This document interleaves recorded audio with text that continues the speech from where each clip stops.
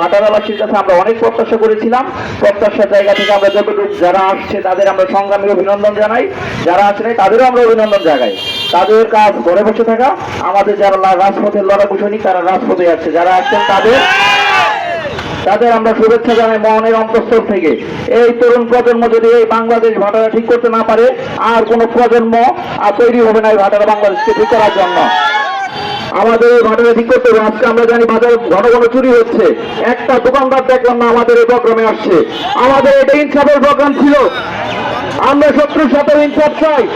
আদিল বাজার যেটা বলেছিল শত্রুর সাথে আমরা ইনসাফ চাই, সেই ইনসাফ আমরা পাই নাই।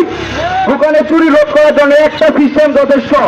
আজকে সিকিউরিটি গার্ড চেক করেন, সারা বাজারে সিসি ক্যামেরা লাগাই দেন, চুরি হয়ে যাবে। চুর তো যারা ইয়েটা আছে তারাই চুর, কমিটি তো ঠিক করতে পারে নাই।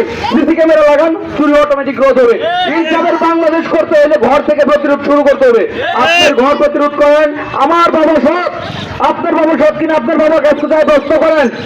ভাটারা ইউনিয়নের চ্যালেঞ্জ, আমার বাবার মতো সৎ লোক নাই। আমার ঘর থেকে আমি শুরু করলাম, অনিরাম আমার ঘর থেকে বন্ধ হোক, আপনারাও বন্ধ করেন যার যার পরিবার থেকে। হাতি হত্যার বিচার চাই, উই ওয়ান্ট জাস্টিস, ইনকিলাব জিন্দাবাদ।